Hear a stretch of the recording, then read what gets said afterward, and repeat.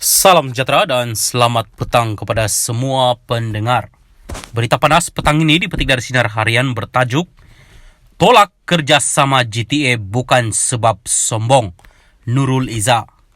Berita penuh, Jitra, dakwaan Pakatan Harapan PH bersikap sombong apabila menolak pelawaan gerakan tanah air GTA untuk menjalani kerjasama dalam pilihan raya umum ke-15 adalah tidak tepat. Sebaliknya, keputusan itu dibuat bagi menjaga kepentingan rakyat.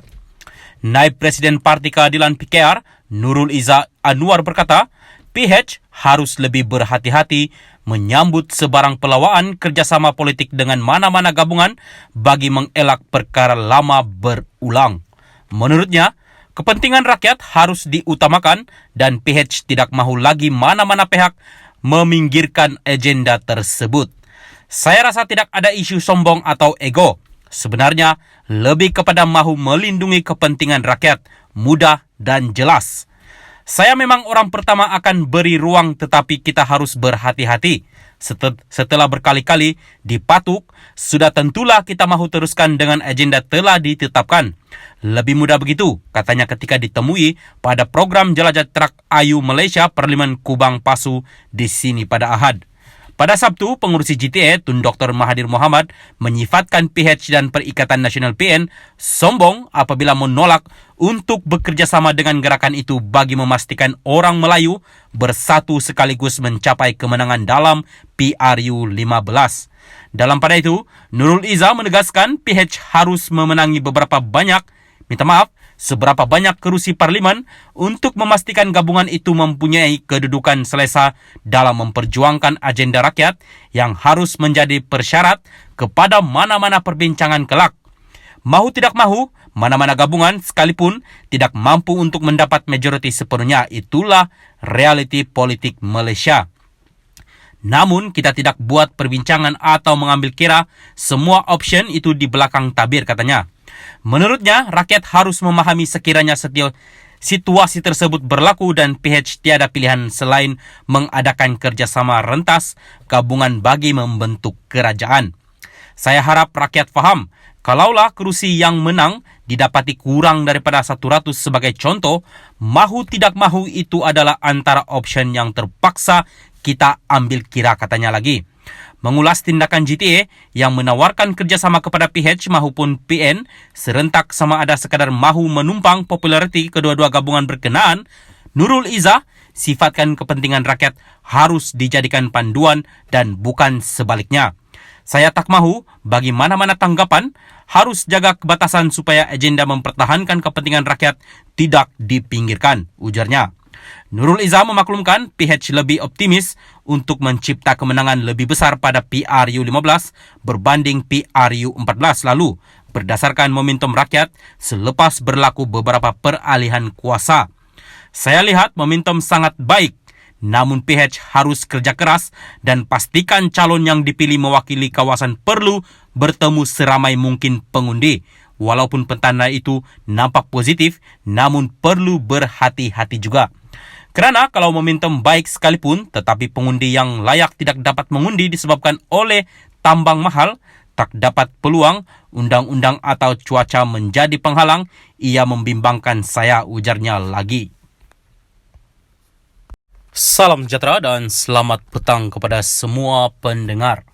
Berita panas petang ini dipetik dari Sinar Harian bertajuk Tolak kerjasama GTA bukan sebab sombong, Nurul Izzah. Berita penuh, Jitra, dakwaan Pakatan Harapan PH bersikap sombong apabila menolak pelawaan gerakan tanah air GTA untuk menjalani kerjasama dalam pilihan raya umum ke-15 adalah tidak tepat. Sebaliknya, keputusan itu dibuat bagi menjaga kepentingan rakyat. Naib Presiden Parti Keadilan PKR, Nurul Izzah Anwar berkata, PH harus lebih berhati-hati menyambut sebarang pelawaan kerjasama politik dengan mana-mana gabungan bagi mengelak perkara lama berulang. Menurutnya, kepentingan rakyat harus diutamakan dan PH tidak mahu lagi mana-mana pihak meminggirkan agenda tersebut. Saya rasa tidak ada isu sombong atau ego. Sebenarnya, lebih kepada mahu melindungi kepentingan rakyat, mudah dan jelas. Saya memang orang pertama akan beri ruang, tetapi kita harus berhati-hati. Setelah berkali-kali dipatuk, sudah tentulah kita mahu teruskan dengan agenda telah ditetapkan. Lebih mudah begitu, katanya ketika ditemui pada program Jelajah Trak Ayu Malaysia Parlimen Kubang Pasu di sini pada Ahad. Pada Sabtu, pengurusi GTA Tun Dr. Mahathir Mohamad menyifatkan PH dan Perikatan Nasional PN sombong apabila menolak untuk bekerjasama dengan gerakan itu bagi memastikan orang Melayu bersatu sekaligus mencapai kemenangan dalam PRU 15. Dalam pada itu, Nurul Izzah menegaskan PH harus memenangi seberapa banyak kerusi parlimen untuk memastikan gabungan itu mempunyai kedudukan selesa dalam memperjuangkan agenda rakyat yang harus menjadi persyarat kepada mana-mana perbincangan kelak.